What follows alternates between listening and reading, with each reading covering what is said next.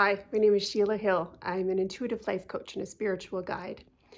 I wanted to talk to you today about clearing up some possible misunderstandings around what it means to do inner child healing. So let's lay the foundation first. From whenever it is that you believe that the soul embodies the body, whether it is at conception or birth, but let's just take it from day 0 to approximately 5 years old. The child is consciousness first and a human second. That's why so much of those first early stages in life are centered around figuring out what are my hands and what are my feet and how do I walk and how do I feed myself and all of that stuff. Because in that period from 0 to 5, you are the consciousness, divine blueprint of your own soul in a human body, in its purest, most unprogrammed form. So that is the inner child. That is the God spark. And then at around 5 years old, the flip or the inversion happens, where now you are a human first and consciousness second, and understanding that you are being likely raised by people that are in their ego or unconscious, and that a navigation needs to take place. Who do I need to be with mom to feel safe, loved, and validated? Who do I need to be with dad? You go to school, there's teachers, there's peers, then there's coaches and bosses, and this is the creation of the ego aspect. This is the creation of the identity and all of the layers and levels of the various forms of programming, wounds, and traumas that go into the programming of the ego, which is how you navigate your life and how you perceive yourself and reality until you come to the door of doing your shadow work, doing your inner work, going through your awakening, whatever you want to call that catalyst. So we call it inner child healing, and it's not actually anything at all to do with healing the child or the child aspect, regardless of what the child's experiences have been. What you are doing, and this is the perception shift that I want to offer you, is you are making yourself, your body, your vessel, and your heart the kind of home, the kind of sacred space that your inner child aspect would want to come home to. You are the home for the inner child. And that is where that reunification takes place. When you separated from yourself to become the ego aspect and then went off and adulted, that is where your traumas and your wounds around abandonment come from. It isn't the person that dumped you or the husband that left or the girlfriend that said no when you wanted to go on a date with her when you were 16. Those are just the projected storylines that came from the original trauma around abandonment. That wound comes from your innate God self, the consciousness that you are in the child form, being abandoned by you. The child does not need your parents, your nuclear family, your mom and dad, or whoever raised you to make right. Your inner child just needs you. Again, regardless of the storyline or the experiences that you had as a child, they were by soul's choice for your evolution. The child, on some level, as the God spark being that it is, knows this. But you separated off from your godlike self as a necessity, as a part of the design of your human existence. You separated off and started molding an entire life and a persona around these wounds and traumas. It is you that is waiting for your family to apologize. It is you that is waiting for your family to fully see you, to fully accept you, and to make all of this right. The inner child is not. The inner child is just asking to come back home. Come back home to you, to your body and your sacred heart. So, how do we do this? Again, it's not child-focused. It is about you being and becoming a sacred home for your inner child to return back to. Your inner child is waiting as an energetic fractal of yourself in your field. I often see and communicate with the inner child aspect in my client sessions. I did for a long time focus my attention and work on doing my own inner child healing for years. And as my gifts came in, I also began to see her outside of myself. And then I would know that I hadn't fully done it yet. As long as I can see her as a projection there, then she's not in here. So how do we actually create this reunification? It comes from you loving yourself unconditionally.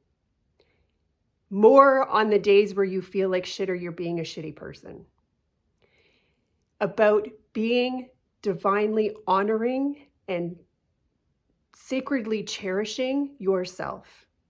About no longer participating in behaviors and experiences with others that leave you feeling depleted, unseen, unheard, disvalued, the people-pleasing, all of those types of things that are not sacred.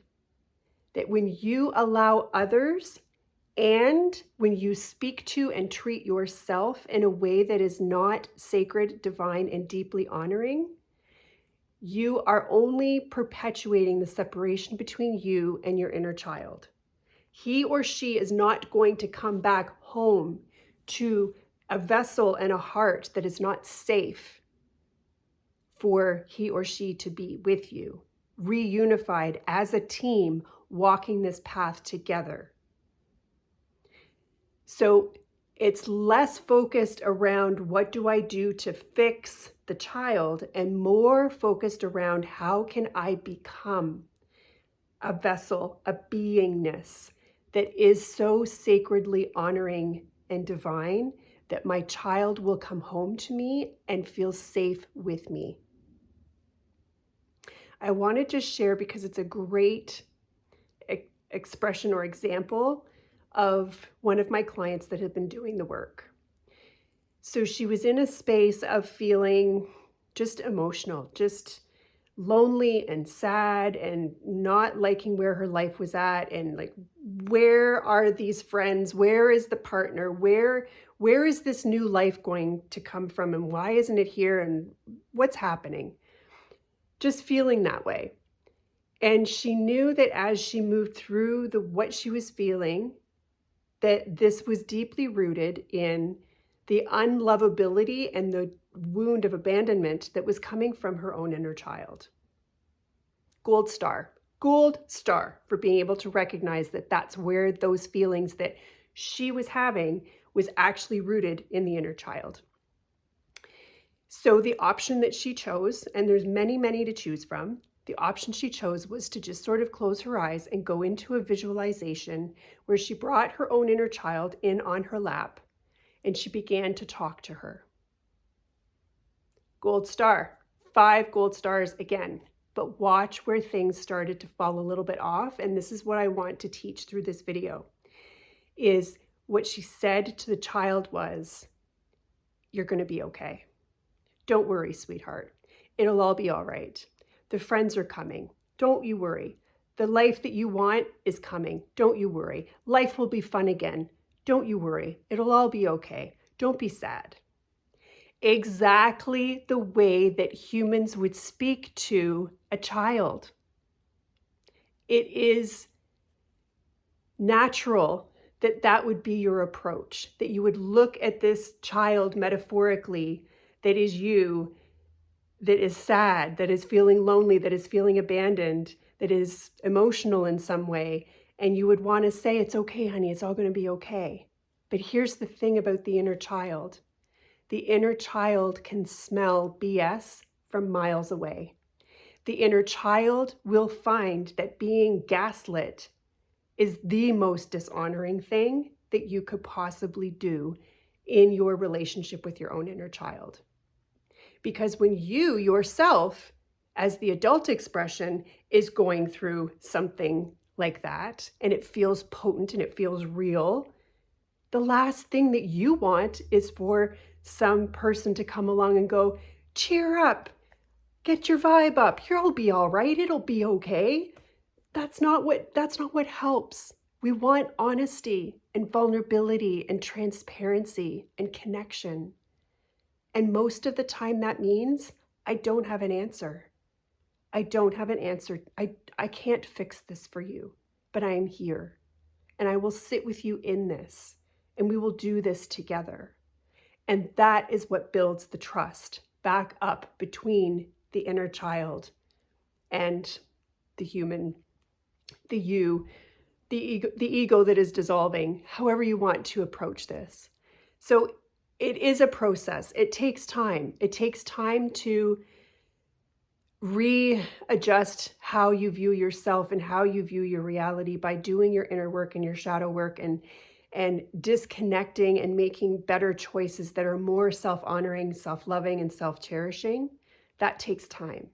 And in that, you're also then building trust back up with the inner child aspect so that his or her traumas, beliefs, and wounds don't bleed through into you and your reality anymore. They will come back home and reunify with you when that trust is built and when you have made yourself a sacred space for them to come home to. They don't want to be fixed. They don't want to be gaslit or told that everything's going to be okay when you innately are having a moment where you feel like it's not okay. There's a discongruence there that they will feel potently. So bring your inner child back home. He or she is your sacred self, your God spark self. He or she holds your divine blueprint for who you are and why you came here. It is the key to the ascension process, but it is less around focusing on fixing the child and seeking the validation and the apologies and the being seen by the people that created the trauma in the first place. Because the inner child could really care less. They were just experiences. The child is looking to reunite with you. I hope that this helps. Until next time, bye for now.